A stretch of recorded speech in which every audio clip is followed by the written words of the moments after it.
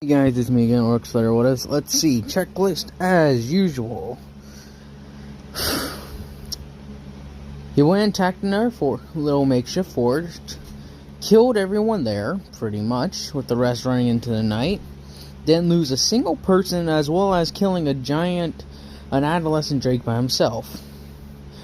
Their army is at 25,000 in total, and the enemy's army is at 28,000.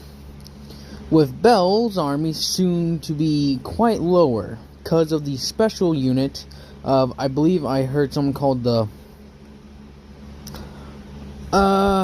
give me a second. Alright, the guy called it the Bloodlust Clan, and not to say anything about that dude, that's actually a very cool name. But I gave it some more thought. And I was thinking, why not the Blood Marauders? If you guys want to say it's like one of those two, the Bloodlust or the Blood Marauders. No, the Crimson Marauders. There we go. Crimson Marauders.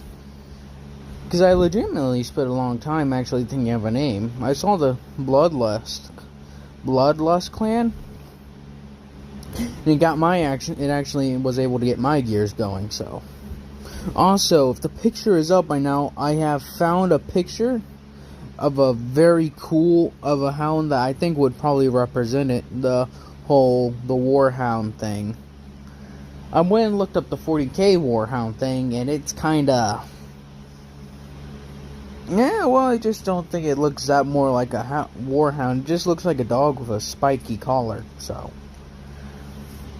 Bell and his horses will be trying to find a way to get these, as I said, Crimson Marauders come to them. That he will be trying to attract them to his positions and such. So, if they don't know, like I said, they don't know exactly where they are, they just show up. So Bell thinks about this. He just has become a big enough nuisance, as well as he's helping his army, his force, his allies' goal, and also being the bane of the enemy's goal. So, that's what we'll be setting off to do. Bell and his forces essentially set up that place up as their main base of operations. And with that, they send out like thousands of troops every day just attacking other little things. Or just harassing them. And when everyone else has gone and such, and they can't find anyone else to harass, Bell's like, alright, by the morning we'll be packed up and ready to go. Keep your eyes out, they may decide to try and run us out of here. So as this is said, in a week or two, as 2 weeks have gone by. So, the enemies know of Bell's special units, and I'll say if you have a battle line, it's like a line like all the forces are like opposing each other. With Bell's forces a bit deeper into the enemy's territory than the other kingdoms and such. And that's why it's so difficult for them to get messengers and such out, is that they have to go through enemy territory to get to the ally territory. And so Bell decides, well, he doesn't send any troops back. In fact, it's the opposite way around. Is that his ally forces decide that, well, apparently Bell, the Warhound's troops, is able to push that deep in. So we'll just send soldiers around to secure that area. So that way Bell and his forces can get a line of supplies. But what they don't know is that Bell's troops are eating like kings. They got, like, not feast, but they got, like, a decent amount of food and variety, so his troops are happy. Along with that is that Bell and his forces, they haven't had a proper fight, as some would call it. They've just been skirmishes and such, nothing really a lot. So Bell and his forces decide, well, we're gonna push even deeper. So what they're going to do is that they're going to go forward. They're going to keep going forward until they reach a place that doesn't have any enemies. So by the morning, they're all packed up and ready to go. Fires have been put out. And now Gary's like been receiving reports that Bell's group have been harassing the enemy and that they'll be moving forward. Gary's like, why are they moving forward? If anything, they need to move backwards. Some of the lords are like, why are we even caring about a couple of slaves? And Gary's like, because they're the ones who have been doing the most work. Shut your mouth. As he's like, if we lose them, I think we're probably gonna lose the west. Or, never eat seaweed. Never eat seaweed. The west. Yep. He's like, we're gonna be attacked by the west. They get past Bell's troops, which they will never. I can speak that from experience. What do you mean from experience? He held an army, he held them off when they were only about 10,000, 8,000 troops strong, with merely 1,000 troops.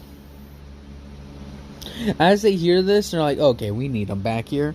As Bell and his forces have actually had the preparations made and have started pushing very deep into the enemy lines, cutting down several hundred tribesmen and ghouls along the way, as well as with some like dozens of little small drakes. They haven't run into anything really, they've just run into like small little outposts and camps. Then it comes to nighttime, they've had to set up more fortifications, and they found like another openish field. But in this field, there's a proper army with several, and when they look up, they see actually banners. As they like have taken intel, they say, oh, good, that's some of the mages' camps. They're like, how can you tell? Well, the banners. I'll say the banners are, I don't know. They're just like shackles and such, or something like a broken shackles and such. They think they must be freed slaves, like the queen said that one time. Bell thinks about this indeed. But my question is, where did they escape from? How did they learn magic? Because there's people with born innate potential, and then they unlock the potential. As they ask the Aisha and her group this, do they have any mages? They have, I'll say they have like 2 or 3. They're like, what are the spells they can use? Oh, one can send out a lightning bolt. And another one can, another one can cause an earthquake or something like that. What do you need? He's like,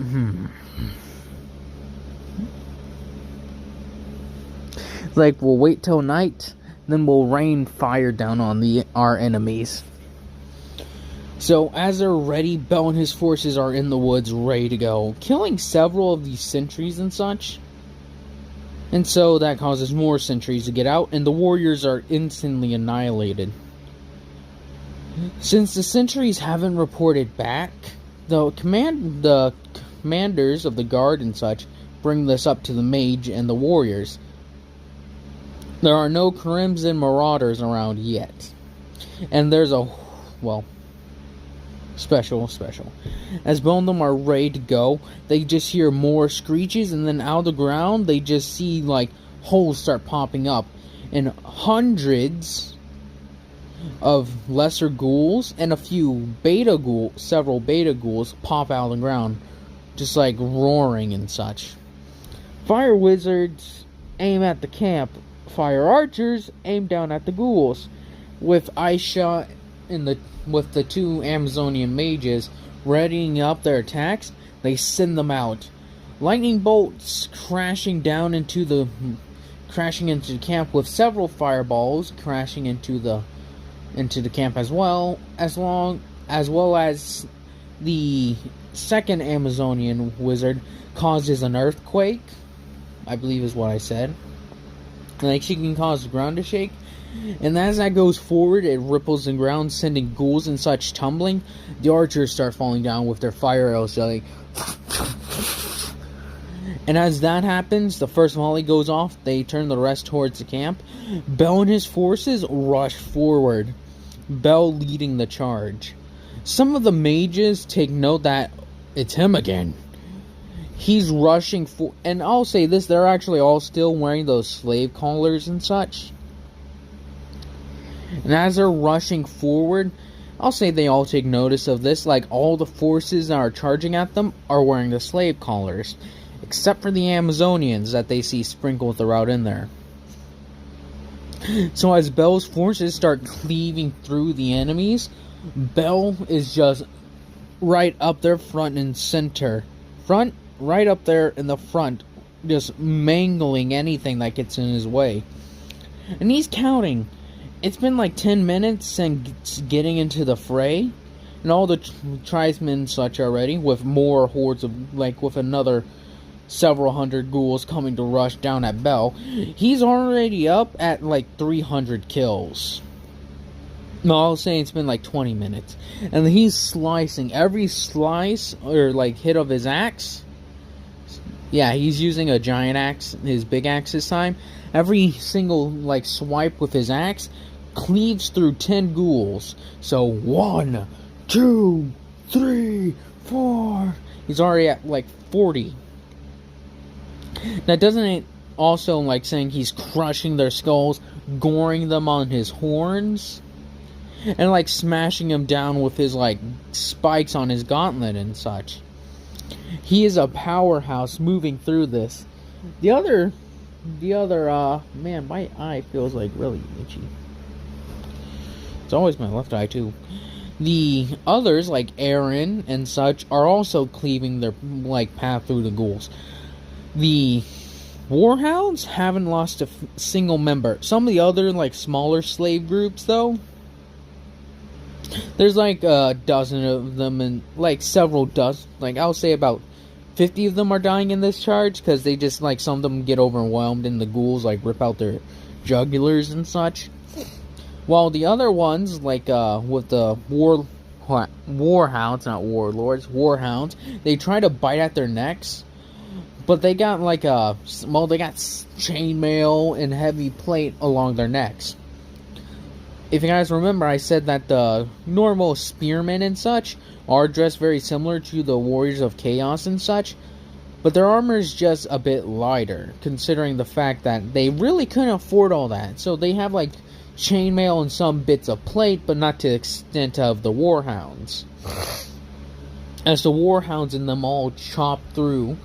That's why the warhounds are also always leading the front, is that they're the tanks, and they'll like take like blow after blow with the like the spearmen and swordsmen coming around on the sides and the back and in the back to just chop down anything using their spears and swords and such. So as the warhounds are finishing up the first wave, the tribesmen come running in, and they see Bell and his soldiers. At first they're like, "Why are the Crimson Marauders here?" is what they say in their native tongues. But then they see Bell's banners flying. Like I said, if you've seen the picture, like in the beginning, you'll see what I mean. Or if it's still here, you'll see what I mean.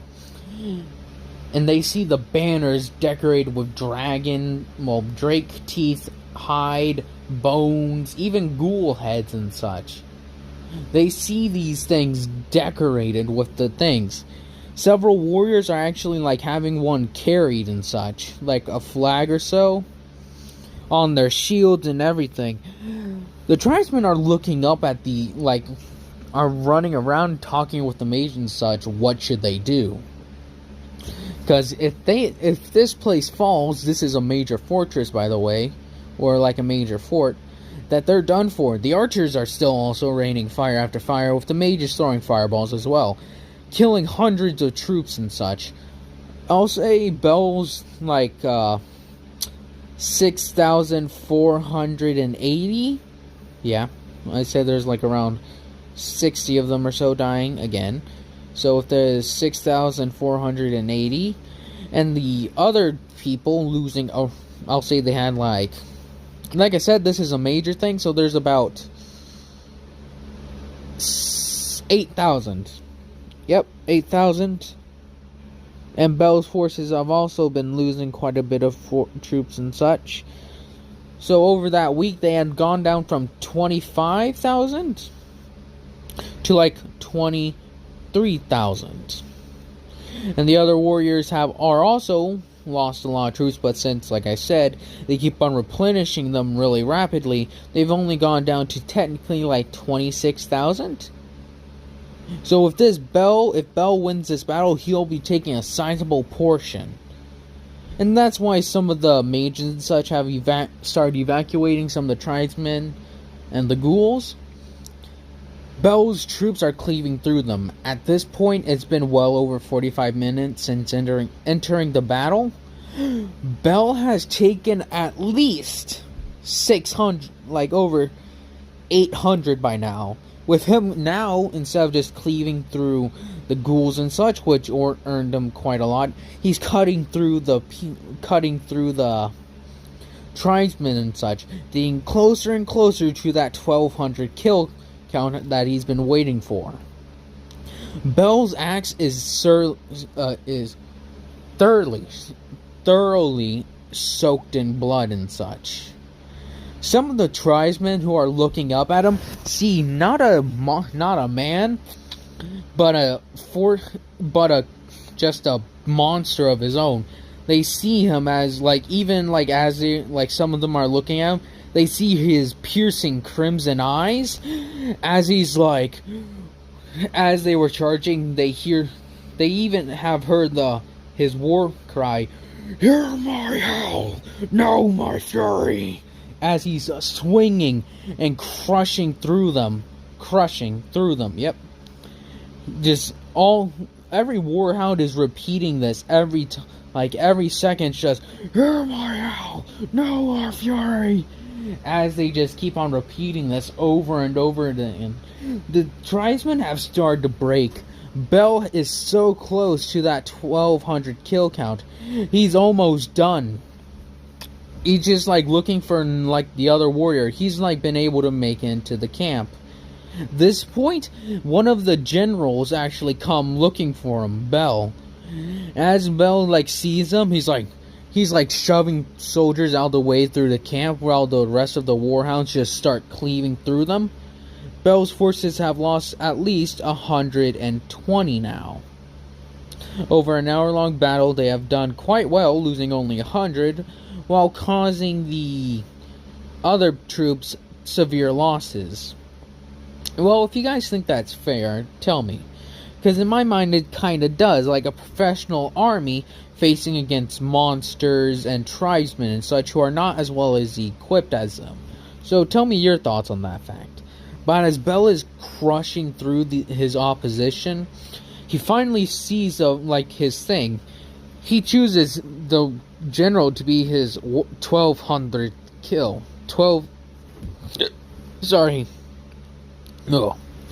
His 1,200th.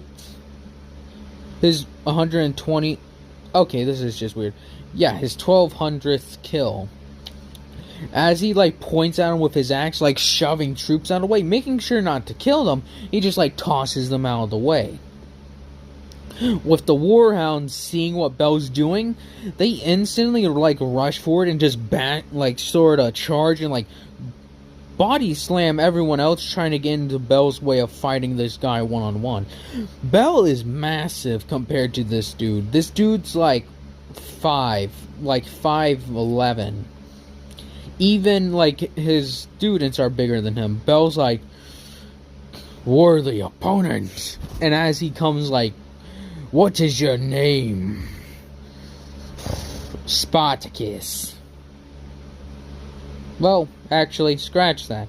His name will be Achilles. Yes.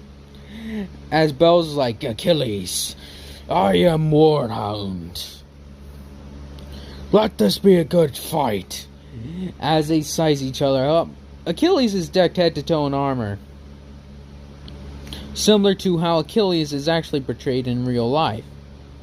So, as Bell and him come charging at each other, Achilles is a masterful swordsman. He's easily parrying and dodging what Bell is throwing at him. While he keeps on trying to take little shots and stabs at Bell, they all just keep on getting deflected by his armor. Eventually, Deku is like, this is a long battle. They're like fighting up the entire hill. The mages and such have been able to get away. One of them even looking back as Bell is fighting Achilles.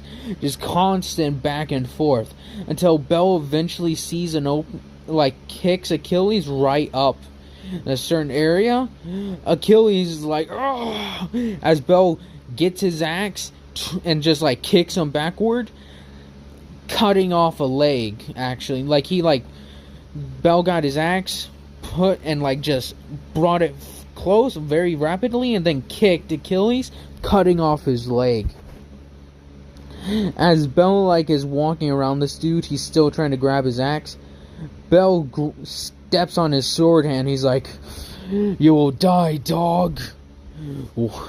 You'll die like the dog you are."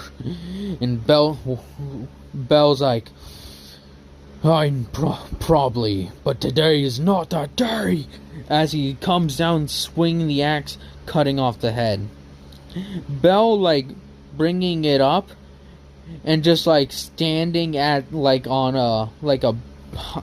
a thing for all his warriors to see, holding up the thing. He, giving a roar of victory. "They have heard our howl, and they have known our fury," letting out that war cry. The tribesmen fleeing in fear. They've taken down well over 5,000 troops. They've been knocked down quite a bit. So now it's 21,000 for the enemies. And at this time, I'll say Bell has been brought down. Forces have been brought down. Not his actual forces, but his allies have been brought down to 20,000 after another massive assault from the Crimson Marauders. So, the forces are getting heavily damaged. The mages that were talking have talked about how a new group of warriors called the Hounds have appeared and have taken down a major fortress, or fort. They talking about how the Hounds are insane. And they speak that they may have to use the Crimson Killers to even have a chance against these Hounds. And she even quotes how he's taken down Achilles, and it's the same one from before. Some of them flinch at the idea that Achilles, like I said, if you know Achilles, he was one of the greatest warriors in history, and his only weakness was his Achilles heel. Quite literally, his heel was his weakness. I don't remember exactly how it goes. I just know that's how it happens. I think it was he got hit back there, or he hurt something, or another, whatever. As this happens, Bell and their forces are ransacking the entire camp, taking anything that looks like it would be useful. Bell actually at this point, sort of recognizing this guy's honor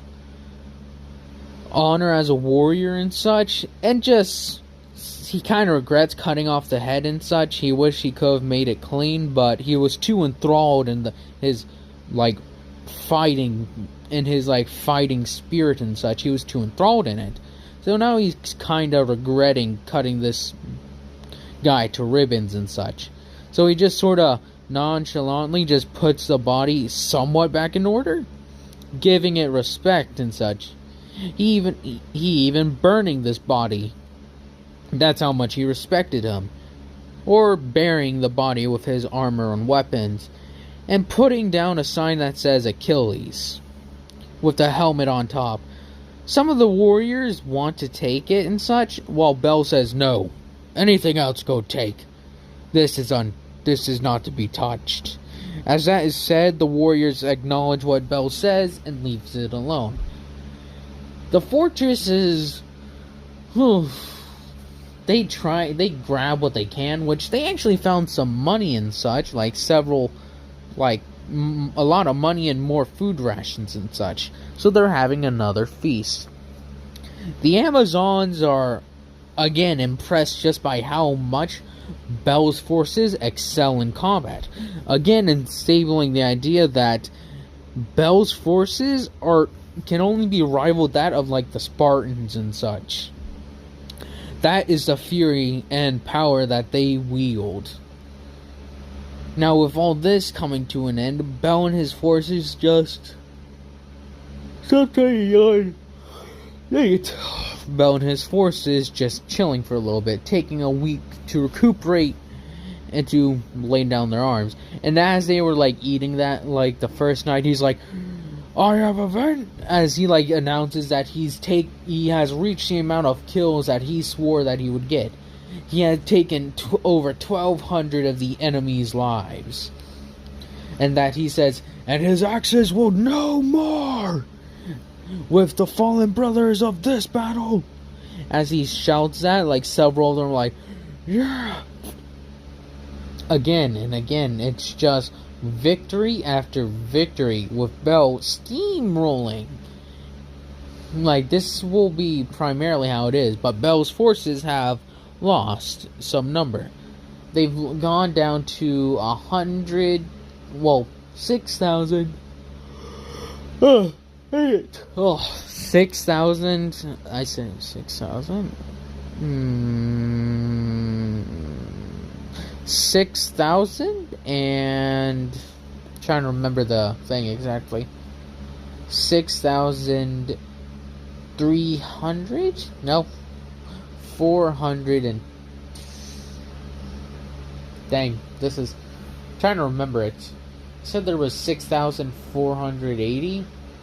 So now with that doubled, that would just be 6,600, I think. Well, I don't know. Just, they have around 6,400 or whatever. As they continue forward with their life, Bel and his forces, like, they're plundering quite a lot. The Amazons, like I said, are taking note of it and everything, and they are quite surprised. And as they offer more of their services that night, the warriors taking them up again, and Bel going to like stay by himself and to watch over the watch over the positions and such.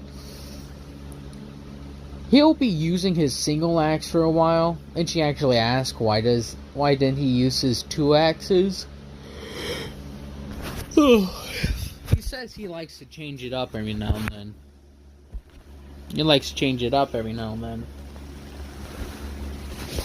And that's kind of good to change it up. Does she not agree? As this continues forward, she's like, "Yeah, I agree." So, how far do you think we're into the enemy's territory? He's like, "Oh, we're probably very deeply in." But knowing the enemy, they may actually decide to leave everything off all fronts and come for us. If that happens, we're screwed, so yeah. She talks like, what would you do if you got your freedom? And he lists off some things. First, I would take Integra and my family and leave this place. She's like, you wouldn't stay here and try to become something? He's like, no. I despise this place. As he says this, he despises how that this empire's been allowed to persist for over 900 years and nothing has happened to it. Like, everything's still the same apparently. He's like asked some nobles and such, and has read a little bit about the history and such. And he's like, as far as the history books are concerned, this thing's been here forever. The fact nothing has this, or at the very least destabilized this place, is a miracle all of its own.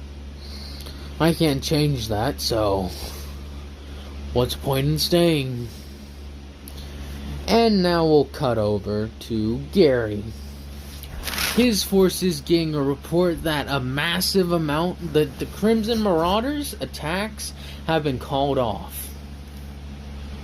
Some of them are praising this, while several of them are actually kind of more concerned, because from what seems, the Crimson Marauders do not stop until they have annihilated their opponents. With that, Bell and his forces are waiting. And they've been able to get a messenger back to the friendly line, so to speak, and the message have been brought forth to Gary.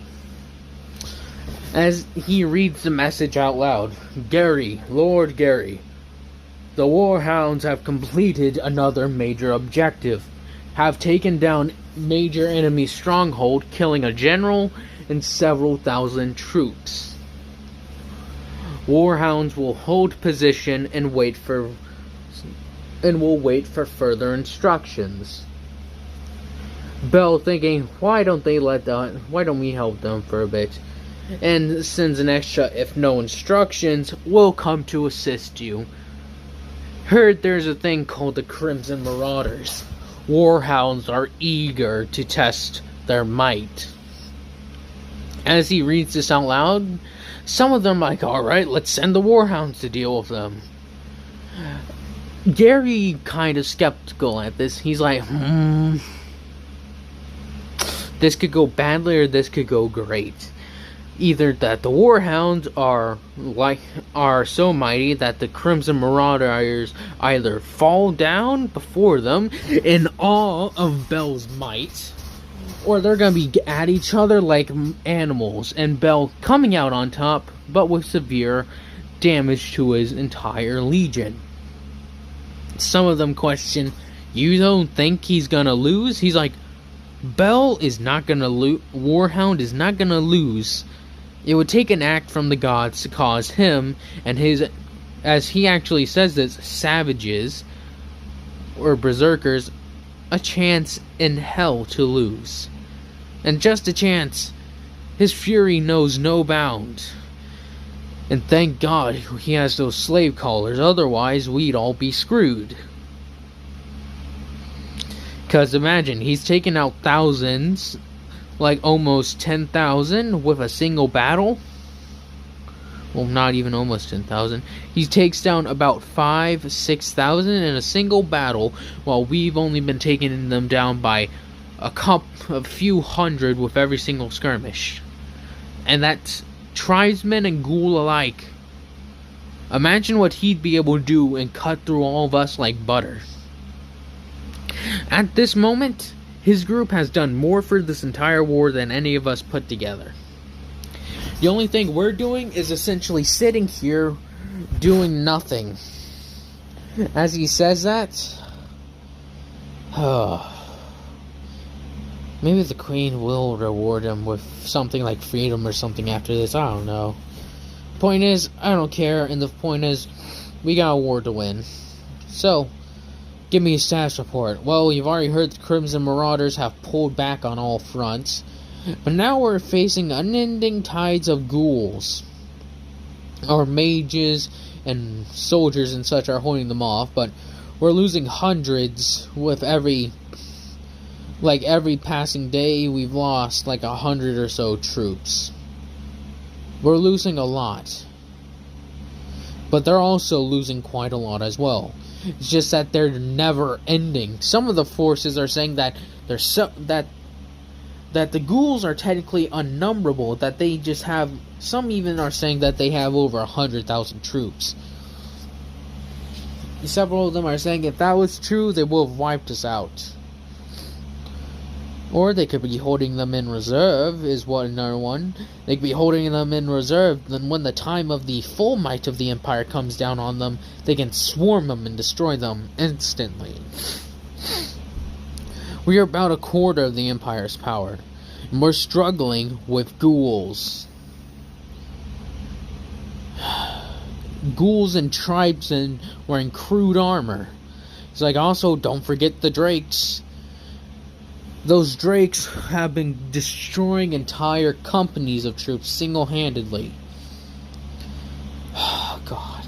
Some of them saying, we need the warhounds. Seriously, they need to get their butts over here and start just cleansing us of these foul creatures. They're slaves and they're very good fighters. They're expendable by the most. Gary's still saying, no, he isn't. I've told you this and why he isn't expendable, period. Gary's saying, like I said, he could annihilate us with the amount of forces he has. Oh. Let's get back to focusing and let's eat.